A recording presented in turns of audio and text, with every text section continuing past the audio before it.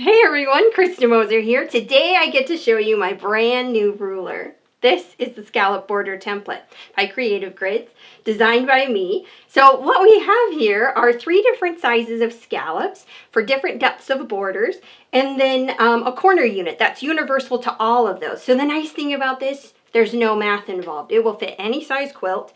It will fit any depth of border, and it's pretty clever. I've actually been doing scallop borders this way for like 20 years. Finally, we get to put it in a template form. So what we have is a narrow one. This is just a shallow scallop. So that's good for borders up to about 5 inches deep. And then we've got a medium size. That's good for borders up to about 8 inches deep. And then we have the deep one here. That is good for borders up to about 12 inches. So you can get, the wider your border, the deeper your scallop can be. And then the corner unit is universal to all of those. So it fits any of those. So what I thought I'd show you is how this works. I've got some papers here because I'm actually going to use paper templates. I'm going to use the template here to draw on some paper so I can get my placement. And then you will see how this all comes together. So I've got a couple of pieces of paper. Now what I'm going to do is I'm going to cut my corner units first.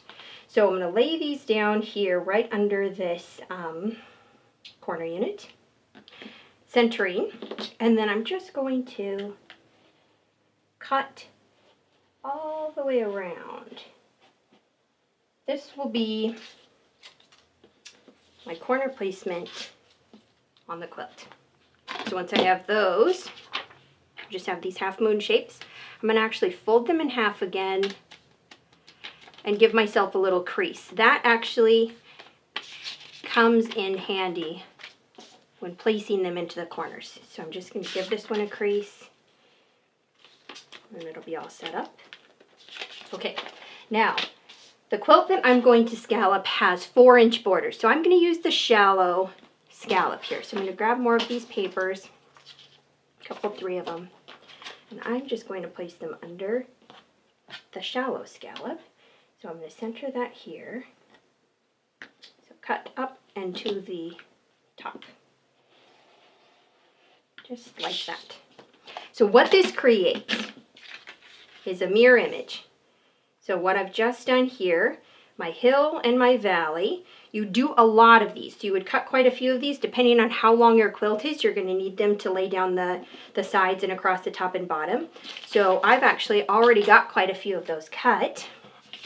So I'll set these aside. And then I'm going to grab my quilt. Now what I've done is just a panel quilt, just like a baby size or something. So, but it's good for showing you how this works. So I've just done this panel with a few borders added. So here's the way we do it. We've got the corners here. Now I went and I took it to the ironing board and I pressed a crease into the corners. I folded the quilt in such a way that I could get a 45 line and pressed my nice crease. And that way I line that up with those corner units where I folded them in half. So here is what I'm going to do. I'm just going to make some room here. All right, so I'm going to place my corner unit with its crease on the crease from the iron on the quilt, and I'm going to just pin it in place. And I'll do the other one on the other side. Just like that. So you set your corners up first. So I've got 2 corners set, and I'm going to turn it. So this is the long edge. So I'm going to grab another corner unit and place it down here. And then we have a 4th and final corner. That's going to get a corner unit as well. All right. Okay, starting with the long edge. See if I can get it all up on my table. Okay, so from the corner edges, you are going to take one of your pieces here and put the hill into the corner. So where the corner comes around, it will hit the top of the hill and then come down into the first valley. So that is my markup point. It's just where my hill meets the corner. So we'll get those set on both sides, and then we can just work in between, laying out the next pieces. So here we have, just like this. Okay, so here's the distance I have to cover in between. It's basically from here to here. So I'm just going to grab more of my hill and valley pieces and turning them valley to valley, hill to hill. You'll see some of my paper pieces have grid on them. That's not necessary, it's just the paper that I had. Okay, I think I can fit one more piece in here. So what I'm going to do now, this is the beauty of it, there's no math. So what I'm going to do is I'm going to scoosh all these together by overlapping them little by little. And the nice thing is you overlap them even amounts. You overlap them at the valley and the hill by even amounts. So I'm going to start with like a 1/4 inch overlap. And I'm looking to see if that will get me about the distance I need. It's going to be a little bit more than that, it looks like. So I'm just kind of eyeballing it with my overlapping. It's just under a 1/2 inch worth of overlap here. Okay, that looks about right. So by overlapping both the hill and the valley, you keep the balance of the ratio between the two pretty good. So now I'm just going to go in and I'm going to pin these in place.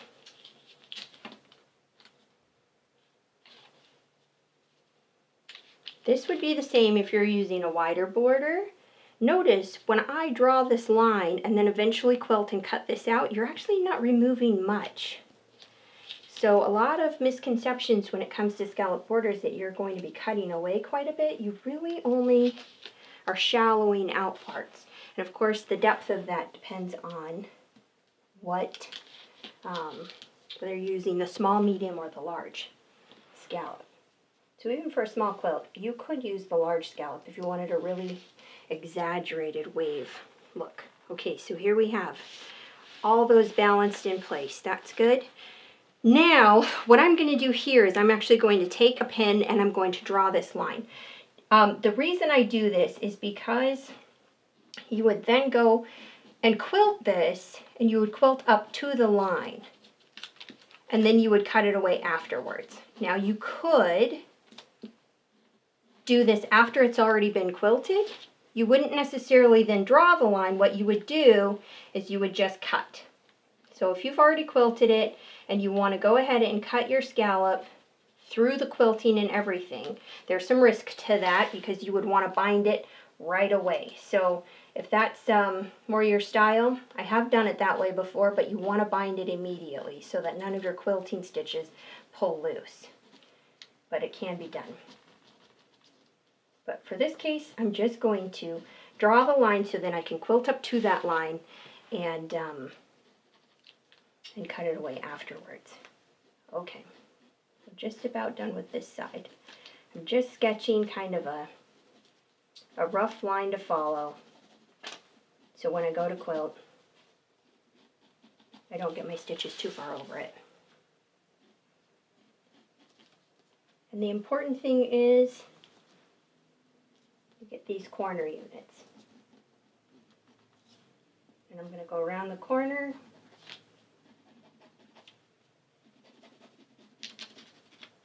Just like that. Okay, now the short end. I'm going to turn the whole thing. You don't have to leave these papers in place. As a matter of fact, I think I'll just pull some out so I can use them down the other side.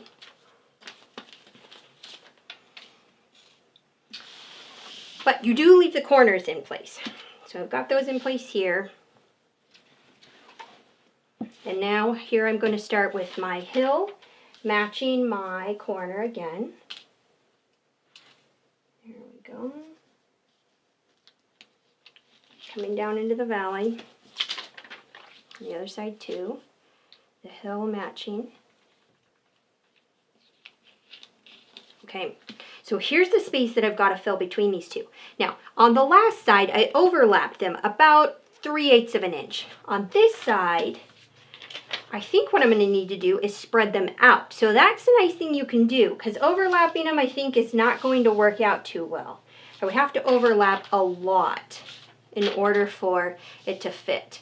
And these, you can overlap them probably about an inch before it starts to really change the dimensions. So seeing as I would have to overlap them maybe closer to 1.5 inches or 2, I think I'm going to go the other way and I'm going to spread them out. So I'll remove some of these. And in this case, it looks like if I spread them out to have about an inch gap between the two in both the valley and the hill, it'll be a nice smooth transition. It'll also be easier to bind. Think about this. You're binding along the curves. So if you've got tighter curves, it'll be a little bit more tedious to bind. So I'm spreading these out, which makes them a little bit longer, a little bit easier to bind. Okay. So I've got, and here again, I'm just eyeballing this, but it's about an inch difference between them. So I'm leaving a gap of an inch at the valley and an inch at the hill. And then I'm going to take my pin and I'm going to draw around it again.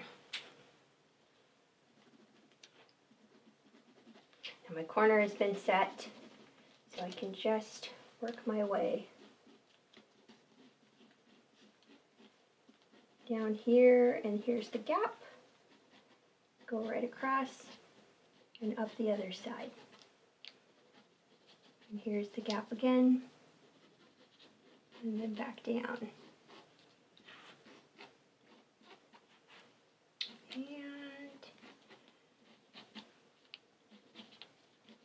And you can use a fabric marking pin that will disappear, like an air erasable. I'm using a permanent pin so that you guys can see it.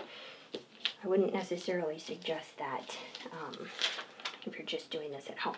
Okay, so I'm pulling my papers to see, and we've got a nice gentle scallop here.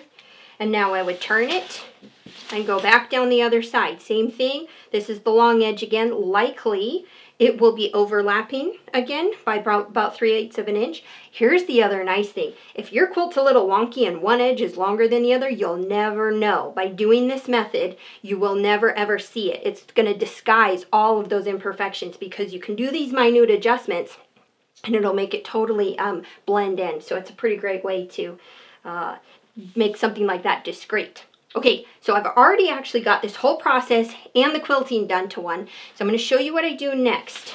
Let me pull that up here.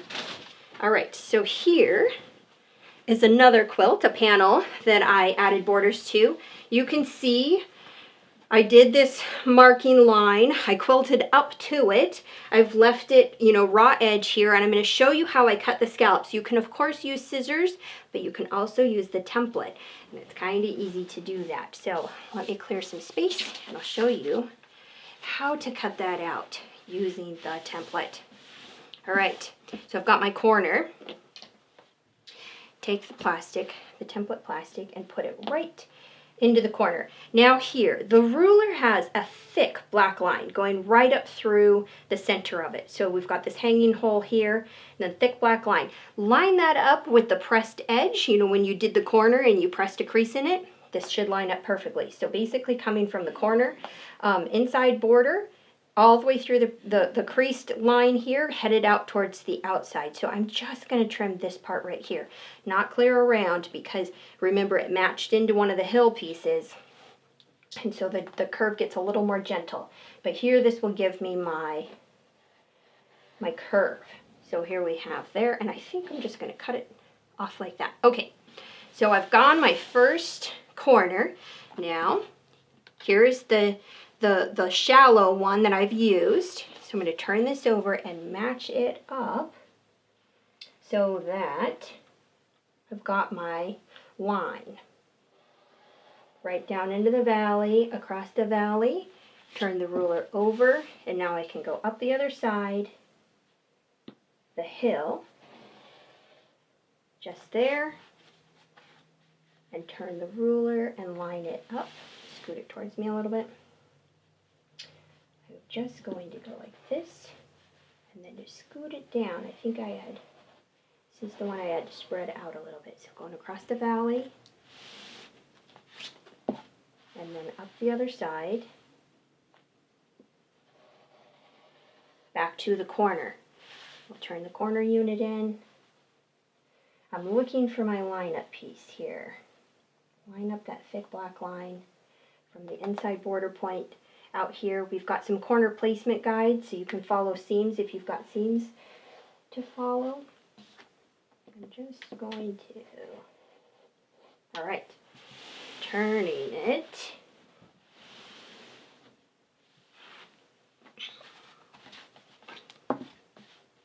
And fit it back up in here, down the hill. The valley. And just turn the ruler over.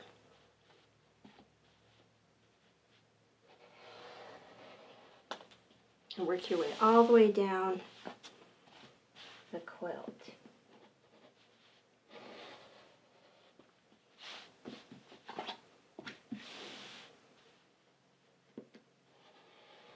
Hill and valley, hill and valley. And now if you had your quilt all quilted and did not draw the lines or didn't do, the quilting up to the lines, you could just draw the lines with your spacing and then just cut right through your quilting. It would not be a problem if you were to bind it immediately. Okay. Trim that away. Now across the top. Oops.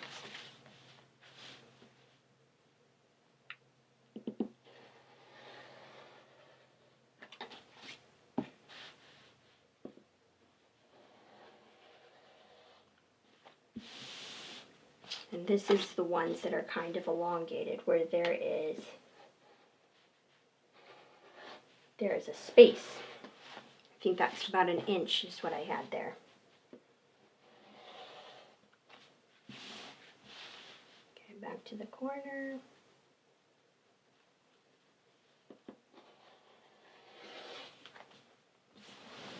Last side. Now, scallop borders, you need to do bias binding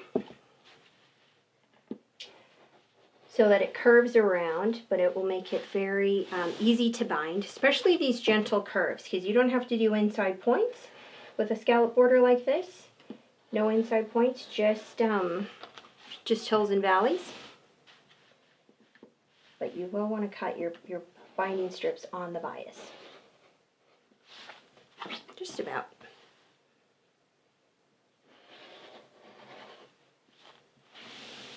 Okay.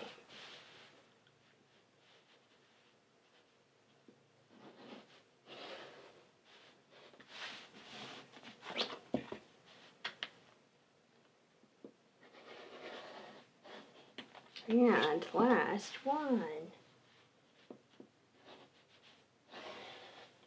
Right. There it is. All scalloped, cut like a breeze, just like that. Pretty simple, really easy to do, no math. Again, like I said, no math. Fits any size.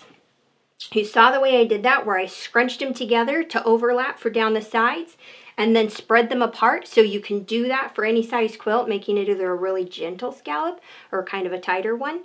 Pretty user friendly that way. So it's the Scallop Border Template by Creative Grids, and it's a lot of fun to use. So I hope you found something inspiring here. Thanks for watching. It was all your fault. Just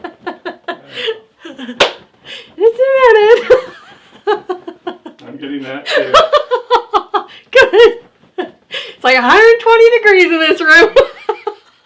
On camera, baby. I am sweating like a pig. Yeah.